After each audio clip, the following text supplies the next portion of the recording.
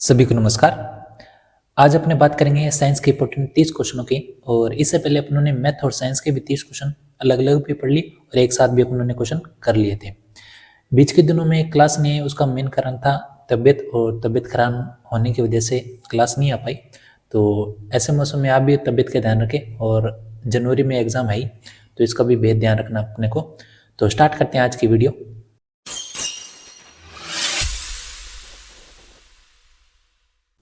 पहला क्वेश्चन है, प्रत्येक तारक केंद्र का ढांचा किसके समान होता है? तो यहाँ पे आपके पास तारक केंद्र है, तो यहाँ पे आपके पास दो तारक केंद्र है और ये हमेशा कौन से एंगल पे होता है? 90 डिग्री पे। ठीक है, बीच में जो एंगल बना होता है वो कौन सा होता है? 90 डिग्री का। और ये हमेशा किस में पाए जाते हैं? जोड़ों के रूप में। जोड़े इसमें दो, और इसलिए इसको क्या कहा जाता है? डिप्लोसोम। डिप्लोसोम।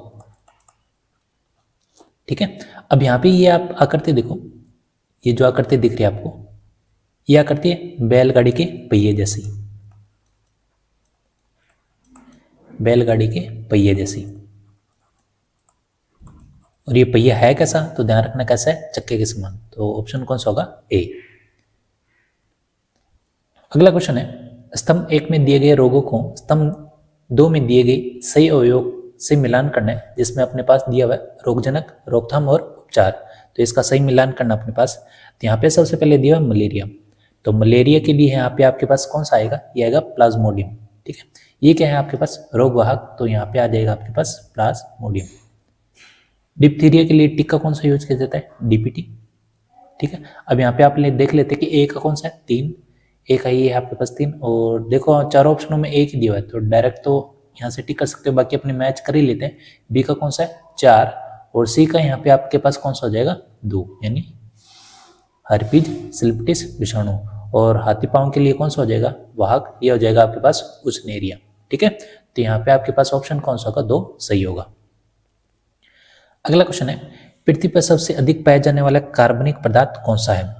तो इसका आंसर कौन सा होगा? ऑप्शन बी, यानी सेलुलोज। ठीक है, सेलुलोज को अपने जानते हैं कि ये क्या होता है? पादप की जो कोशिका भित्ति वो किससे बनी होती है? सेलुलोज से। पादप की कोशिका भित्ति। ये तो बात होगी पृथ्वी पर सबसे अधिक पाया जाने वाला कार्बनिक पदार्थ। अगर अपने मानव शरीर की बात करें, मानव शरीर, इसमें सर्वाधिक आपके पास कार्बनिक पदार्थ कौन सा पाया जाता है? और एक अकार्बनिक। तो कार्बनिक पूछे तो आंसर होएगा प्रोटीन,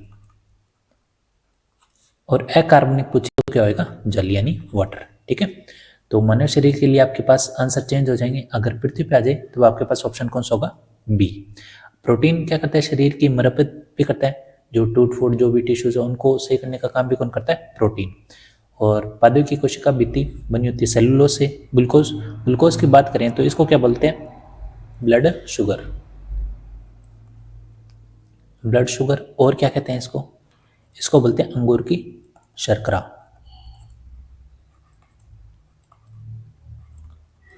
ठीक है, और सर्वाधिक वसा अपने पाई जाती है, यानी सबसे ज्यादा जो ऊर्जा वो यहीं से मिलती है। सर्वाधिक ऊर्जा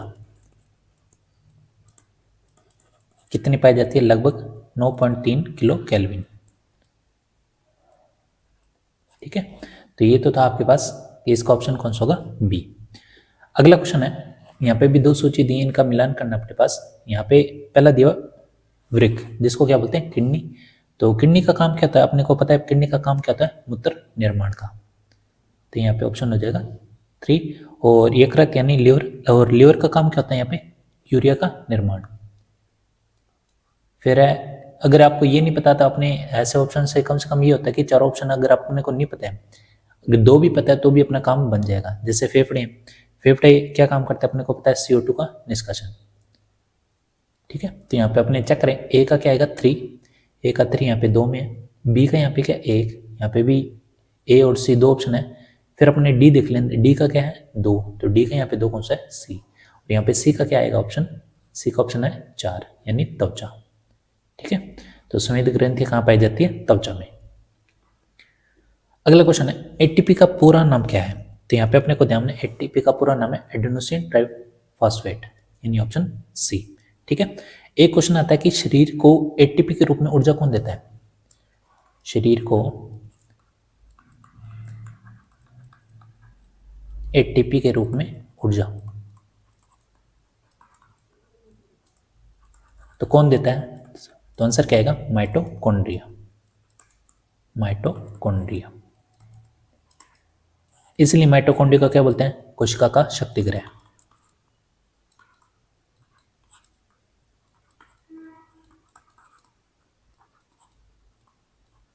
और बात करें, अपने को पता है श्वसन में कुल एटीपी कितना बनता है? तो अपने को पता है 38 एटीपी। किसमें? श्वसन में। और ये 38 एटीपी कहाँ कहाँ से मिलता है अपने को? एक तो मिलता है ग्लाइकोलाइसिस में, ग्लाइकोलाइसिस,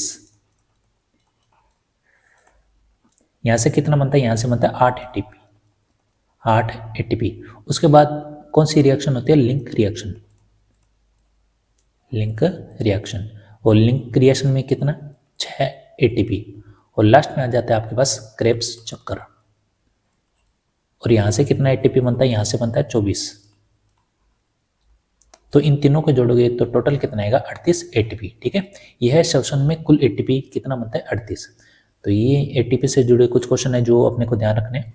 अगला क्वेश्चन है, लिखा हुआ निम्नलिखित में से कौन सा मानव शरीर में रक्त परिसंचरण के मार्ग का सही वर्णन करता है? तो यहाँ पे अपने को बताना है कि रुधिर अपने कहाँ कहाँ जाता है। तो सबसे पहले तो बात करें अपने परिसंचरण बना लेते अपने। ठीक है, ये वाला भाग तो क्या है? राइट। ठीक है, ये वाला भाग है राइट और ये भाग है लेफ्ट। ठीक है, तो यहाँ पे आपके पास ये राइट है और ये लेफ्ट। यहाँ पे अपने ध्यान रखें कि जो आर्टरी में इसको क्या बोलते हैं? अलिंद। ठीक है, और उसके बाद आ जाता है आपके पास वेंट्रिकल, और वेंट्रिकल को क्या बोलते हैं? नीले। ठीक है, तो यहाँ पे आपके पास लेफ्ट क्या आ जाएगा? आर्टिकल, यानी ऊपर तो होते हैं अलिंद और नीचे क्या होते हैं आपके पास? नीले। ठीक है, तो यहाँ पे अपने लेफ्ट और ये हो गया आपके पास, और नीचे आ जाएगा आपके पास नीले यानी वेंट्रिकल। ठीक है, अब यहाँ पे ये सर्कल किस हिसाब से चलता है? तो अपने बात करें तो यहाँ पे ऊपर होता है फेफड़े यानी लंग्स। तो लंग्स से जो रुधिर लेके जाता है कौन? फुसफुस सिरा। ठीक है, कहाँ पे लेके जाता है? ये लेफ्ट अलिंद में। ठीक है, और जो रक्त आएगा वो कौन सा होगा? शुद्ध।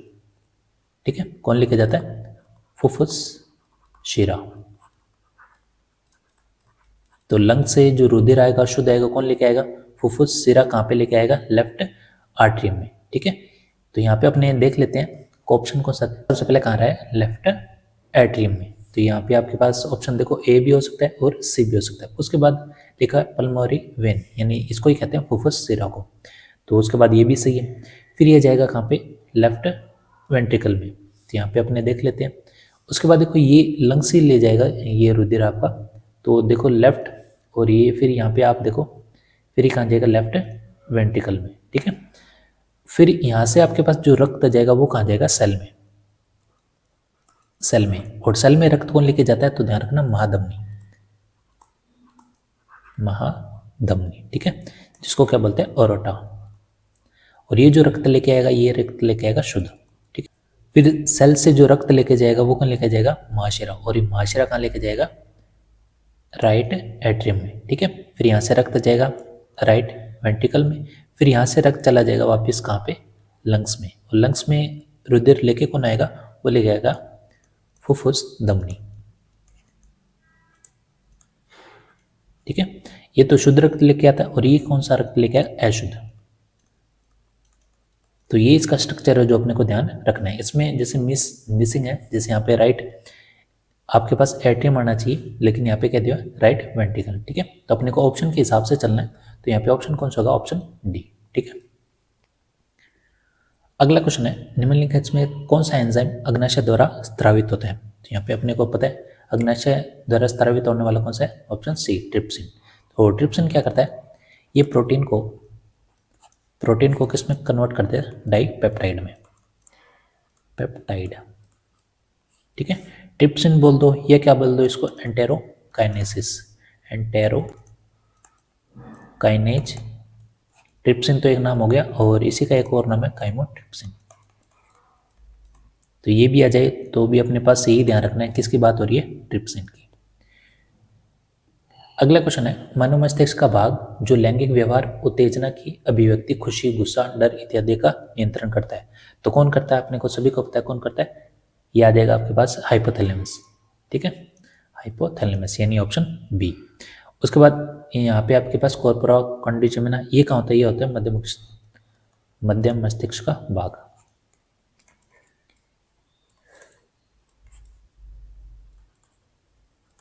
ठीक है, जिसमें क्या पाया जाता है? इसमें एक जोड़ी तो पाया जाता है आपके पास ऑप्टिक लोब, और एक जोड़ी पाया जाता है इसमें ऑडिटरी लोब। ठीक है, यानी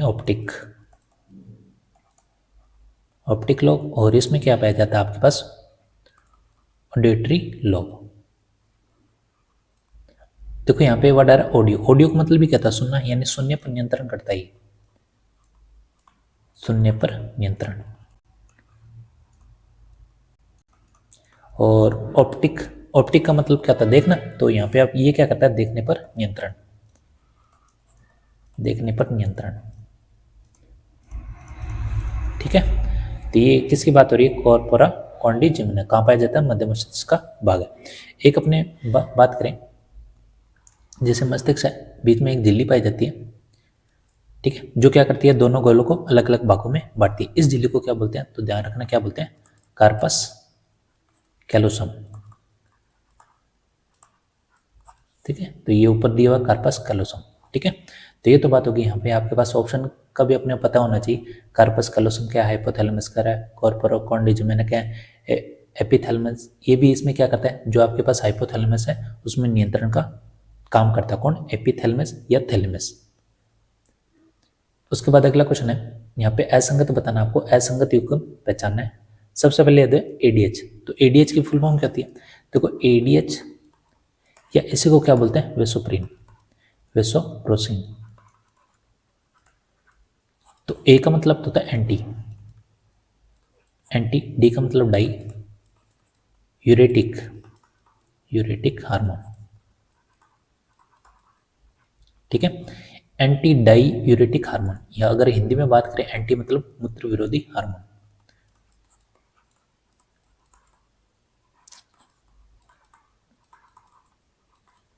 ठीक है, उसके बाद अब यहाँ पे लिखा है वृक्क नलिका में जल अवशोषण को बताता है। बिल्कुल, ये बिल्कुल बात सही है।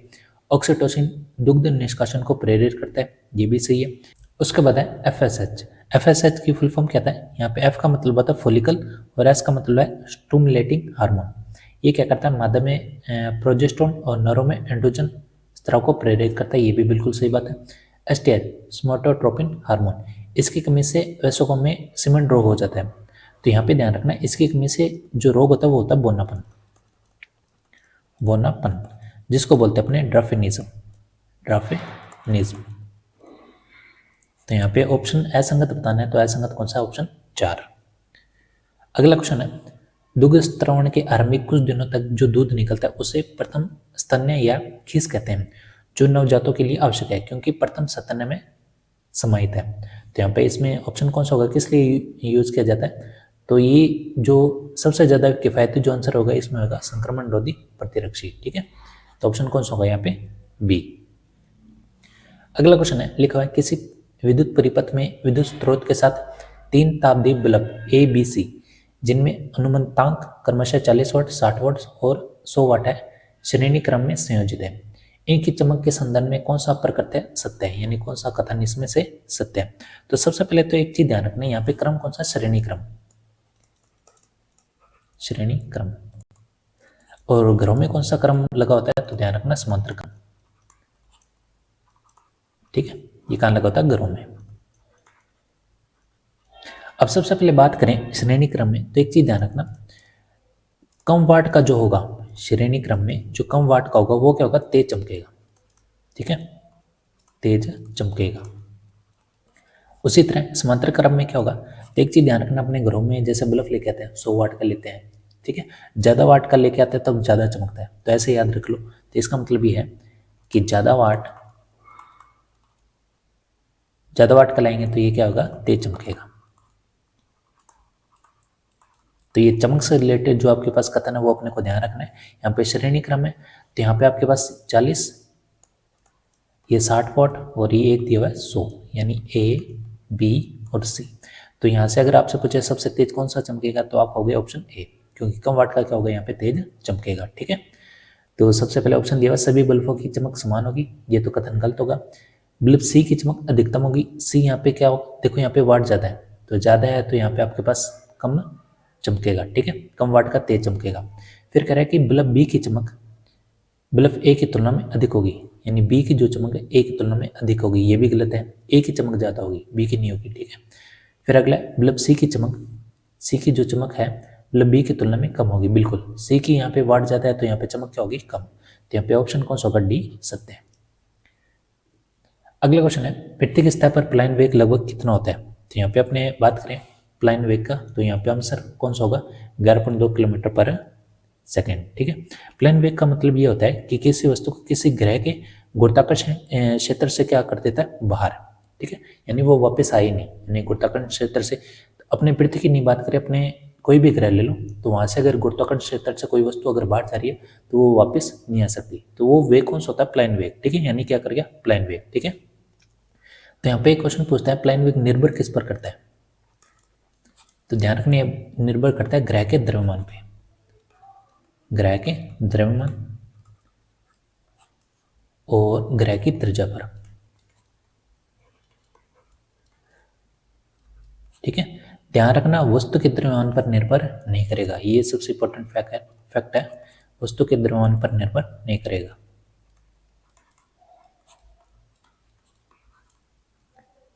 निर्भर नहीं करेगा। ठीक है, तो ये है प्लेन वेग। तो पृथ्वी का पूछ रहा है, तो पृथ्वी का कितना, 11.2 किलोमीटर पर सेकेंड। अगला क्वेश्चन है क्रायोजेनिक्स दर्शाता है। ठीक है, ये वर्ड जो है इसका मतलब क्या होता है, तो ध्यान रखना इसका मतलब भी ये होता है अत्यंत ठंडा। ठीक है, और इसका ज्यादातर यूज किया जाता है चिकित्सा क्षेत्र में, और किस में यूज किया जाता है इसका, अंतरिक्ष में। ठीक है, तो यहाँ पे अपने पास जो आंसर रहेगा वो क्या आएगा, यहाँ पे देखो अत्यंत ठंडा मतलब टेम्परेचर का होगा आपके पास कम, तो यहाँ पे आंसर कौन सा होगा, ऑप्शन ए। ठीक है, और होगा भी ये कितना, तो ध्यान रखना ये होगा -150 डिग्री सेल्सियस या इससे कम हो सकता है। अगला क्वेश्चन है किसी चुंबकीय केंद्र से r दूरी पर स्थित किसी वस्तु पर चुंबकीय क्षेत्र की तीव्रता समानुपाती होती है, यानी किसके समानुपाती होती है, तो यहाँ पे जैसे ये कह रहा है कि आपके पास कोई भी चुंबक है और कह रहा है इसके केंद्र से ये केंद्र है और यहाँ से r दूरी, तो यहाँ पे आपको बताना है कि चुंबकीय क्षेत्र की तीव्रता किसके समानुपाती होगी, ये r दूरी है। ठीक है, तो यहाँ पे चुंबकीय क्षेत्र की तीव्रता, तो ये अपने को ध्यान है चुंबकीय क्षेत्र की तीव्रता का अगर अपने फॉर्मूला ध्यान रखें कि चुंबकीय क्षेत्र बराबर क्या होता है, 2μ0 m बटा क्या होता है, 4πr³। अब यहाँ पे m किसको शो कर रहा है, ये शो करता है किसको, चुंबकीय आघूर्ण को, चुंबकीय आघूर्ण। ठीक है, चुंबकीय आघूर्ण, अभी यहाँ पे अपने फॉर्मूला क्यों यूज किया, क्योंकि चुंबकीय आघूर्ण क्या करता है, बाह्य चुंबकीय क्षेत्र में कितना बल अनुभव कर रहा है उसको दर्शाता है, इसलिए यहाँ पे देखो बाह्य अपने बात करें इसलिए ये फॉर्मूला लगा है। ठीक है, तो यहाँ पे अपने क्या करें, अपने को सिर्फ बताना है, यहाँ पे देखो ऑप्शन r दिया हुआ है, तो r से तुलना करनी है, तो r यहाँ पे देखो ये रहा, तो इसका मतलब जो b समानुपाती होगा किसका होगा, r³ के, यानी 1/r³ के, तो 1/r यहाँ पे क्या आ जाएगा, ऑप्शन डी। ठीक है, तो यहाँ पे आंसर कौन सा होगा, डी। अगला क्वेश्चन है एक उत्तल दर्पण द्वारा एक वस्तु का प्रतिबिंब बनाना है, निम्न में से कौन सा कथन गलत है, तो यहाँ पे अपने बात करें कि आपके पास उत्तल दर्पण है, तो अपने दोनों लिख लेते हैं, एक तो होता है आपके पास अवतल, ये आपके पास अवतल दर्पण, अवतल दर्पण। देखो ऐसे ध्यान रखो, ऐसे मतलब अंदर की तरफ परावर्तन होगा। ठीक है, यहाँ पे आपके पास देखो जो भी आपके पास वस्तु बनेंगे वो कैसे बनेंगे, वास्तविक, और वस्तु कैसे मिलेगी इसमें, इसमें वस्तु कैसे मिलेगा, उल्टा। उसके बाद बात करें अपने किसकी, उत्तल दर्पण की। उत्तल दर्पण में मतलब ऊ से ध्यान रखो, ऊ से मतलब ऊपर की तरफ परावर्तन होगा। ठीक है, तो इसमें जो आपके पास वस्तु बनेगी वो कैसे बनेगी, आभासी, हाँ बस से याद रखो सीधा, ठीक है। तो यहाँ पे उत्तल दर्पण की बात हो रही है, तो यहाँ पे अपने बात करें कि प्रतिबिंब दर्पण व ध्रुव के बीच में होगा, ये तो नहीं होगा क्योंकि इसमें उत्तल दर्पण में दो ही कंडीशन बनेगी, ठीक है। प्रतिबिंब आकार में छोटा होगा, ये भी चेक करते हैं आगे। प्रतिबिंब सीधा होगा, तो सीधा उत्तल दर्पण के लिए सही होगा। यहाँ पे ऑप्शन अपने को बताना है गलत। प्रतिबिंब वास्तविक होगा, नहीं, वास्तविक किसके लिए होता है? अवतल दर्पण के लिए। तो यहाँ पे ऑप्शन कौन सा होगा? डी। अगर आपको दो ऊपर के अगर आप कंफ्यूजन लगते हैं तो पहले चारों ऑप्शन पढ़ ले, उसमें से ये देख लो कि अवतल दर्पण के लिए कोई कॉन्सेप्ट यहाँ पे आ रहा है, तो एक आ रहा है कौन सा? वास्तविक के लिए। तो ऑप्शन यहाँ पे डी क्या होगा? गलत होगा, ठीक है। अगला क्वेश्चन है, लाल और नीले प्रकाश के लिए अपवर्तनांक का अनुपात क्या होगा, ठीक है। तो सबसे पहले तो अपने अपवर्तनांक होता क्या है, तो अपने को पता म्यू बराबर क्या होता है? सी बाई लैम्डा, यही होता है। तो यहाँ पे अपने पास सी नहीं पता, लेकिन अपने को तरंग दैर्ध्य पता होना चाहिए, ठीक है। तो लाल और नीले में तरंग दैर्ध्य किसकी ज्यादा होती है? तो अपने को पता है रेड की जो तरंग दैर्ध्य है वो क्या होती है? ज्यादा, और ब्लू की क्या होती है? कम। किसकी अपेक्षा? रेड की अपेक्षा। तो यहाँ पे अपने बात करें कि देखो यहाँ पे देखो, लैम्डा अगर ज्यादा है तो अपवर्तनांक क्या होगा? कम होगा, यही तो है। इस फॉर्मूले के हिसाब से अगर लैम्डा अगर कम है तो अपवर्तनांक क्या होगा? ज्यादा। इसका मतलब ये है कि जिसका तरंग दैर्ध्य ज्यादा है उसका अपवर्तनांक क्या होगा? कम है, यानी म्यू रेड यहाँ पे क्या होगा? कम। किसकी अपेक्षा? ब्लू की अपेक्षा। तो ब्लू का यहाँ पे अपवर्तनांक क्या होगा? ज्यादा। क्यों? क्योंकि यहाँ पे लैम्डा का मान क्या है? कम है। लैम्डा का मान अगर कम है तो अपवर्तनांक क्या होगा? ज्यादा, ठीक है। तो यहाँ पे अपने पास पूछ रहा है लाल और नीले प्रकाश के लिए, तो लाल को यहाँ पे रखना ऊपर, नीले को रखना नीचे। तो सबसे पहले रेड है, तो ये आ जाएगा आपके पास रेड, और ये इधर ले आओ बटे में आ जाएगा म्यू ब्लू, और ये आ जाएगा एक, यानी एक से क्या होगा? कम। तो एक से कम कौन सा है? ऑप्शन ए, ठीक है। तो ऐसे चेक कर लेना है, जो पहले दिया हो उसको ऊपर रखना है और जो बाद में दिया हो उसको नीचे रखना है, ठीक है। अगला क्वेश्चन है, गति के तीसरे नियम के अनुसार क्रिया एवं प्रतिक्रिया के लिए कौन सा है? यहाँ पे देखना है कौन सा इसके लिए सेट बेटर है।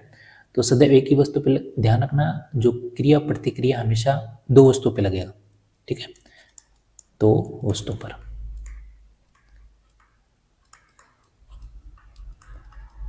फिर कह रहा है सदैव दो विभिन्न वस्तु के विपरीत दिशा में कार्य करती है, बिल्कुल। ऑप्शन यहाँ पे बी क्या होगा? सही होगा। अपने को पता है गति का जो पहला नियम है और दूसरा नियम और तीसरा नियम, पहला नियम क्या करता है? ये देता है बल की परिभाषा, बल की परिभाषा, और जो दूसरा नियम है ये क्या बताता है? बल का सूत्र। और तीसरा नियम किसको शो करता है? बल की प्रकृति, बल की प्रकृति, या क्या कह सकते हो आप? गुण, ठीक है। तो ध्यान रखना हमेशा जो तीसरा नियम है वो किसको शो करता है? क्रिया प्रतिक्रिया को, और किस पे लगेगा? दो वस्तुओं पे। ये अपने को ध्यान रखना है। अगला क्वेश्चन है, एम द्रव्यमान के किसी ट्रक को एफ बल द्वारा प्रचालित किया गया है, यदि अब इस ट्रक पर ट्रक के द्रव्यमान के बराबर द्रव्यमान का कोई पिंड लादा जाता है तथा चालक बल आधा कर दिया जाता है, तो त्वरण में क्या परिवर्तन होगा? यहाँ पे आपके पास देखो, एक तो आ रहा है बल, ठीक है, एक आ रहा है द्रव्यमान और एक आ रहा है त्वरण। तो इनमें रिलेशन तो अपने को पता ही है, F बराबर क्या होता है? माँ, क्योंकि माँ से अपने को क्या मिलता है? बल। तो यहाँ पे त्वरण है आपके पास ए, एम द्रव्यमान, और ये है आपके पास बल। तो यहाँ से त्वरण क्या हो जाएगा? त्वरण हो जाएगा ए बराबर एफ बटा एम। अब कंडीशन क्या कह रहा है कि द्रव्यमान के बराबर द्रव्यमान ला दिया जाता है, यानी ये एम द्रव्यमान है, इसके ऊपर एक और, यानी एम यहाँ पे कितना हो गया? 2। कितना हो गया? 2m, ठीक है। फिर क्या कहे, जो बल है उसको क्या कर दिया? आधा, यानी पहले एफ लग रहा था, अब क्या लगेगा? बल F/2। बस ये मान यहाँ पे आपको रखना है। तो यहाँ पे अपने रखे ए बराबर, यहाँ पे एफ की जगह क्या रखोगे? F/2, और एम की जगह क्या रखोगे? यहाँ पे 2m। तो यहाँ पे आपके पास 2 तो नीचे आएगा, ये आ जाएगा F बटा 2 दूनी 4m, और F बटा m ये अपने को पता है त्वरण होता है। तो यहाँ पे पहले के मुकाबले यहाँ पे कितना हो गया? ये हो गया 1/4, यानी 1/4, यानी कितना रह गया? त्वरण 1/4, यानी ऑप्शन कौन सा होगा? बी, ठीक है। अगला क्वेश्चन है, 1 जूल प्रति सेकंड कार्य करने की दर क्या कहलाती है? तो यानी 1 जूल प्रति सेकंड, और जूल यहाँ पे किसको शो करता है? कार्य को, यानी W, और ये समय। तो ये तो पता ही है किसका फॉर्मूला है? किसका? शक्ति का, ठीक है। और शक्ति का मात्रक क्या होता है? तो शक्ति का मात्रक क्या होता है? वाट। तो यहाँ पे ऑप्शन कौन सा होगा? ए। अगला क्वेश्चन है, एक चमकदार या पॉलिश की गई सतह से परावर्तन तो यहाँ पे अपने को ये मिलान करने हैं। तो यहाँ पे देखो अगला क्वेश्चन है, कुछ जो आपको याद है वही सबसे पहले करो, ऐसे नहीं कि ऑप्शन पहले से देख लो मैच करने स्टार्ट हो जाओ, जो आपको पूरा सटीक ध्यान है पहले वो करो। उसके बाद देखो वस्तु के ऊर्ध्वाधर प्रतिबिंब के लिए प्रयुक्त शब्द, ठीक है। ऊर्ध्वाधर के लिए यानी ऊर्ध्वाधर क्या होता है, सीधा, तो यहाँ पे ऑप्शन 4 होएगा इसका सही। वह दर्पण जो सदैव समान आकार का आभासी पार्श्व परावर्तित प्रतिबिंब दर्शाता है। देखो यहाँ पे समान आकार और आभासी, तो इसका तो एकदम आपको एग्जैक्ट आंसर पता होगा कौन सा होता है, समतल दर्पण, यही है। तो यहाँ पे आपके पास सी का जो आ जाएगा कौन सा आएगा, ए, ठीक है। समतल दर्पण में एकदम समान और क्या बनता है, आभासी, तो यहाँ पे सी का कोई एक, यानी ऑप्शन सी है यहाँ पे आंसर, तो यही होगा। लेकिन अपने को क्या करना है, और भी मैच करने, ताकि आपके पास दो, जैसे ए का एक आ जाए और भी 2-3 में आ जाए, तो यहाँ पे क्या हो सकता है, 2-3 ऑप्शन आपके समान मिल सकते हैं। उसके बाद लिखा सोलर कुकर और टॉर्च में प्रयुक्त किया जाने वाला दर्पण। देखो सबसे ज्यादा जो उदाहरण मिलेंगे वो किसके मिलेंगे, अवतल दर्पण के, ठीक है। तो यहाँ पे आपके पास ये हो गया, और ऊर्ध्वाधर यानी आपके पास सीधा, ठीक है। और यहाँ पे ए का क्या आ जाएगा, ए का आ जाएगा आपके पास 3, ठीक है। तो यहाँ पे डी का आपके पास ऑप्शन कौन सा था, डी का ऑप्शन था 2, तो यहाँ पे आपके पास आ जाएगा कौन सा, डी का देख लेते हैं, डी का 2 तीनों में आ रहा है। उसके बाद सी का क्या है आपके पास, सी का है 1, सी का 1, तो ये आ जाएगा आपके पास ऑप्शन ए, सॉरी यहाँ पे आपके पास सी नहीं होगा, ऑप्शन ए सही होगा, ठीक है।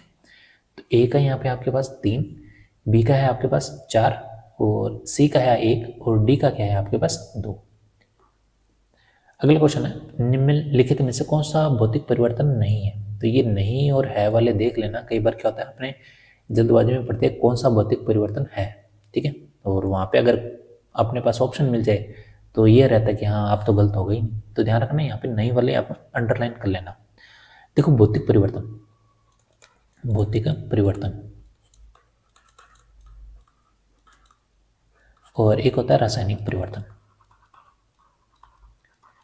देखो भौतिक परिवर्तन की बात करें तो भौतिक परिवर्तन ध्यान रखना कैसा होता है, अस्थायी, अस्थायी मतलब दोनों तरफ चलेगा। तो अस्थायी इसका मतलब नया पदार्थ नहीं बनेगा, नहीं बनेगा। जैसे 2 लाइन याद रखो ना, अपने आप क्वेश्चन सही हो जाएंगे। रासायनिक परिवर्तन में कहते हैं ये स्थायी होता है, स्थायी होता है इसका मतलब नया पदार्थ बनेगा, ठीक है। तो ये है आपके पास रासायनिक परिवर्तन। अब यहाँ पे आपके पास पूछ रहा है भौतिक परिवर्तन नहीं है, नहीं है इसका मतलब ये है कि रासायनिक परिवर्तन वाला कोई ऑप्शन है, तो वो क्या हो जाएगा, गलत। देखो आकृति में परिवर्तन, रंग में परिवर्तन और नए पदार्थ का बनना। देखो नए पदार्थ का बनना किसको शो करता है, रासायनिक परिवर्तन, यानी क्या आ जाएगा, सी।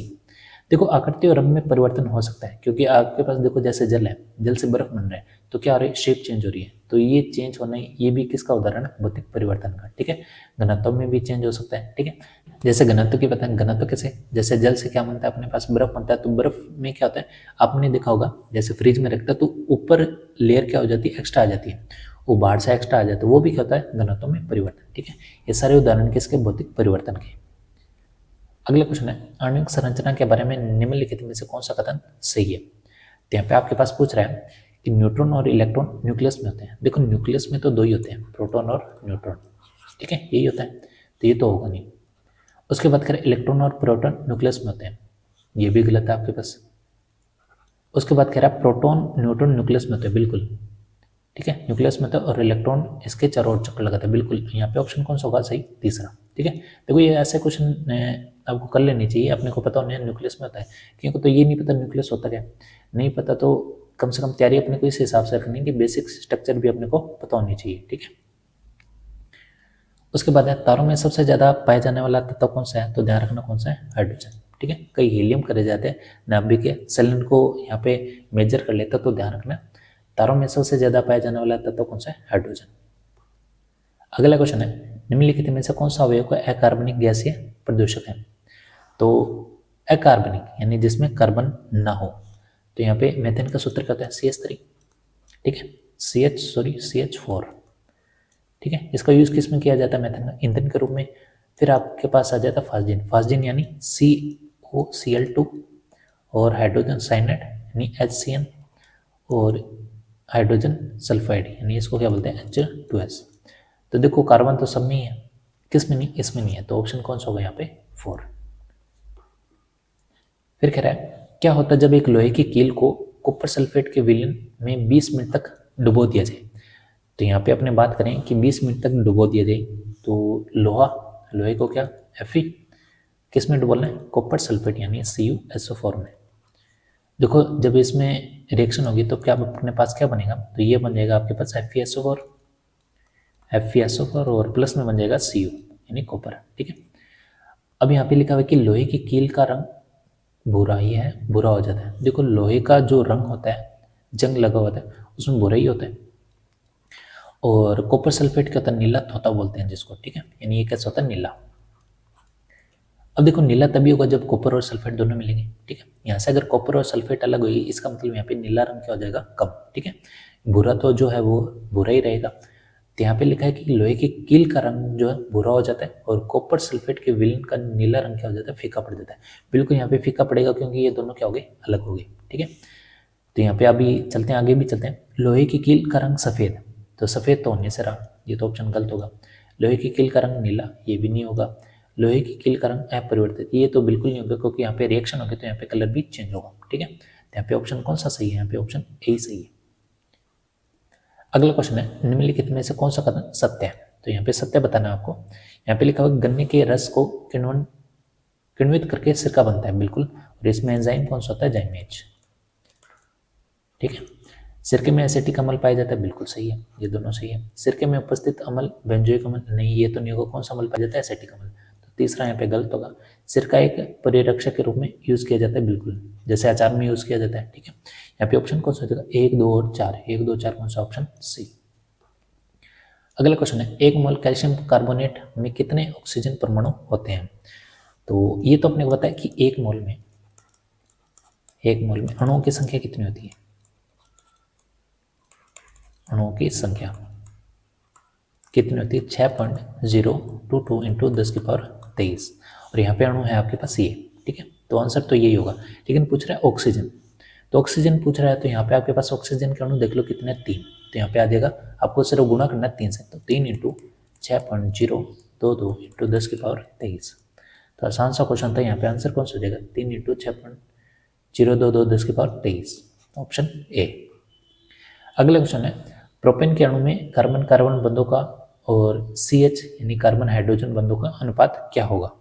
तो यहाँ पे आप पढ़ने को सबसे पहले तो पता होना चाहिए प्रोपेन का सूत्र क्या। तो मेथ एथ प्रोप यानी कार्बन कितने पर है, 3 आ रहा है, एन जुड़ रहा है, तो यहाँ पे क्या होगा, इसका दुगुना, 3 दूनी 6 और 2 जोड़ 2 कितना हो जाएगा, 8। तो ये सूत्र होगा किसका, प्रोपेन का। तो यहाँ पे इसकी श्रृंखला बनाई अपने, कार्बन 3 है और हाइड्रोजन कितने हैं, 8। तो ये हाइड्रोजन है,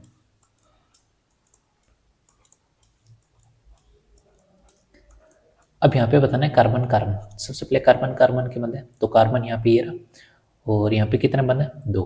ठीक है, बाहर नहीं देखना, यहाँ पे हाइड्रोजन जुड़ गया इसलिए अंदर के देखने। कार्बन कार्बन के मध्य 1 बंद, कार्बन कार्बन के मध्य 2, यानी कितने होंगे, 2।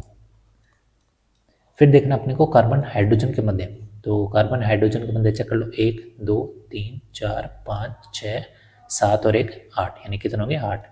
इसको कैंसिल करोगे 1:4, तो आंसर कौन सा आ गया, 1:4, यानी ऑप्शन ए। अगला क्वेश्चन है, निम्नलिखित में से धरातलीय ग्रह नहीं है। यहाँ पे पूछ रहा है धरातलीय ग्रह नहीं है, तो सबसे पहले तो अपने को पता होना चाहिए धरातल, जहाँ पे धरातल पाई जाती है। तो एक आंसर तो आपको आ ही गया होगा, पृथ्वी। ठीक है, तो यहाँ पे जहाँ पे धरातल पाए जाते हैं धरातलीय ग्रह कहते हैं। कौन कौन से हैं, धरातलीय कोई एक और नाम बोलते हैं जिसको बोलते हैं आंतरिक ग्रह। ठीक है, आंतरिक ग्रह कौन कौन से, तो ध्यान रखना, बुध, शुक्र, पृथ्वी और मंगल। तो ये है आपके पास आंतरिक ग्रह। आंतरिक ग्रह से इससे जुड़ता अपने ध्यान रखें, जहाँ पे धरातल नहीं पाए जाते वो कौन सा ग्रह, गैसीय ग्रह, गैसीय ग्रह। और गैसीय ग्रह को क्या बोलते हैं, बाह्य ग्रह। तो यहाँ पे आपके पास जो बाकी रह जाते हैं, जैसे बृहस्पति,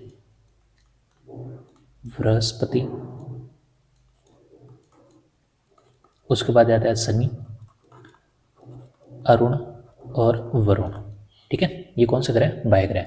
और इन दोनों के मध्य, मंगल और बृहस्पति के मध्य कौन से ग्रह पाए जाते हैं, जिसको बोलते हैं क्षुद्र ग्रह। ठीक है, तो धरातल वाले नहीं है। तो बुध आपके पास कौन सा है, आंतरिक, मंगल भी आंतरिक, शुक्र भी यहाँ तक, बृहस्पति कौन सा आपके पास गैस, यानी ऑप्शन डी। अगला क्वेश्चन है, जब एक धातु ऑक्सीजन के साथ अभिक्रिया करती है तो क्या बनता है? तो यहाँ पे अपने को ध्यान रखना है, जब धातु ऑक्सीजन के साथ क्रिया करती है तो क्या बनता है? धात्विक ऑक्साइड, धात्विक ऑक्साइड। और धात्विक ऑक्साइड कैसा होता है? तो ध्यान रखना क्षारीय। और अगर आपसे पूछे अधातु अगर ऑक्सीजन से क्रिया करे तब क्या बनता है? तो ध्यान रखना क्या बनता है? अधात्विक ऑक्साइड। और अधात्विक ऑक्साइड कैसा होता है? तो ध्यान रखना कैसा होता है? अम्लीय। इसकी प्रकृति कैसी थी? अम्लीय। और अधात्विक, और इसी तरह अगर आपसे पूछ ले उपधातु ऑक्साइड, तो उपधातु ऑक्साइड भी कैसा होता है? अम्लीय प्रकृति का होता है। ठीक है, तो दोनों अम्लीय प्रकृति का होता है, लेकिन धात्विक ऑक्साइड कैसा होता है? क्षारीय। लेकिन अपने से इतना तो पूछा नहीं, अपने से पूछे कि धातु ऑक्सीजन से क्रिया करे तब क्या बनेगा? तो ध्यान रखना धात्विक ऑक्साइड। तो ऑप्शन कौन सा होगा यहाँ पे? धात्विक ऑक्साइड, यानी ऑप्शन सी। ठीक है, तो ये तो 3 क्वेश्चन साइंस के। तो इससे जुड़े पहले भी अपनों वीडियो कर लिया, जिन्होंने नहीं देखे वो ऑब्जेक्टिव क्वेश्चन वो जरूर वहाँ पे जाके देखें। मैथ के भी क्वेश्चन डाल रखे हैं। और वीडियो को भी अपने दोस्तों तक शेयर जरूर करें, लाइक भी करें। और यहाँ पे अपने बात करेंगे कि आगे जो आपके जो क्वेश्चन रह जाता है, ये जो क्वेश्चन थे जितने भी थे ये थे एनसीईआरटी बेस पे जो भी क्वेश्चन आपको दिखे होंगे। कुछ क्वेश्चन आपको बिल्कुल एकदम इजी लग रहे होंगे, तो ऐसे क्वेश्चन भी अपने को जरूर देखने को मिलेंगे। और कुछ क्वेश्चन मॉडरेट भी हैं, तो जो आपके पास 9th, 10th, 11th, 12th तो उसके भी क्वेश्चन यहाँ पे बिल्कुल मिक्स किए गए हैं। तो अपना जो भी कॉन्सेप्ट रहेगा वो रहेगा अपने पास 9 से लेकर 12 तक के जो क्वेश्चन है साइंस के वो अपने। ठीक है, और मैथ के जो अपने पास वीडियो डाल रखे वो भी जाके जरूर देखें। वहाँ पे भी जो इंपॉर्टेंट क्वेश्चन है प्रीवियस ईयर के हैं और कुछ 12th के भी हैं, तो वहाँ पे भी जाके आप देख सकते हैं। तो मिलते हैं ऐसी एक और सीरीज के साथ। धन्यवाद।